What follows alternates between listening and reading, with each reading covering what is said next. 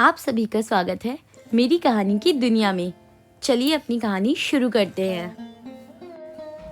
एक बार एक चित्रकार ने बहुत ही सुंदर चित्र बनाई। उसे उस चित्र में कोई भी कमी नजर नहीं आ रही थी। उसने सोचा कि क्यों न यह चित्र लोगों को दिखाई जाए। इसलिए उसने उस चित्र को शहर के बीचों बीच लटका दिया।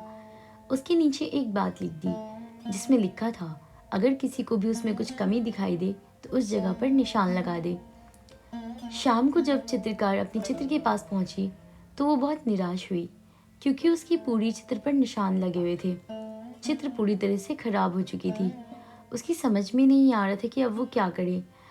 तभी उसकी दोस्त उससे मिलने उसके घर आई। उसे दुखी देखकर उसके दुखी होने का कारण पूछा तो उसने अपनी निराशा भरे स्वर में उसे सारी बात बता दी। सारी बात सुनने के बाद उसकी दोस्त हंसने लगी। बोला, यह तो बहुत छोटी सी समस्या है। उसने उससे कहा कि तुम फिर कल एक चित्र बनाओ। इस बार उसे शहर के बीचों बीच लटका देना। उसके नीचे एक बात और लिख देना। उस चित्र ने अगले दिन ठीक वैसा ही किया, लेकिन शाम को जब अपनी चित्र देखी तो वह हैरान रह गई, क्योंकि इस बार चित्र पर कोई निशान नहीं था। वह बिल्कुल वैसा का वैसा ही था, क्योंकि किसी ने उस चित्र में कुछ भी नहीं किया।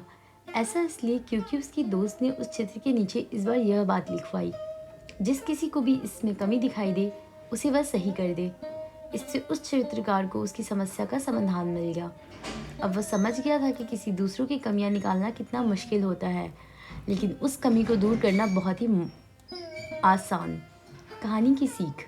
तो मैं इस कहानी से आपको यह समझाना चाहती थी कि अगर आपको किसी दूसरे में या खुद में कमी दिखाई दे तो पहले अपनी कमी को दूर करने का प्रयास करें। अगर आपने ऐसा किया तो आपकी गिनती इस दुनिया के 99% लोगों में नहीं, बल्कि उन 1% लोगों में होगी जो सफल है और लगातार अपने आप को बेहतर बनाने का प्रयास करते रहते हैं। यही वह काम है जो 99% लोग जान समझकर भी नहीं कर पाते। मानता हूँ यह करना असल ज़िंदगी में कठिन है, पर यह असंभव नहीं है। बस ज़रूरत है तो निरंतर प्रयास की और धैर्य की। मैं भी खुद प्रतिदिन अपनी कुछ कमियों को दूर करने की कोशिश करती हूँ।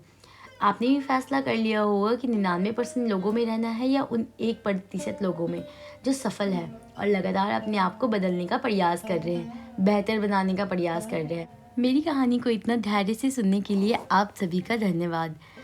ऐसी ही अच्छी कहानियों के लिए मेरे चैनल को सब्सक्राइब करें और लाइक करें।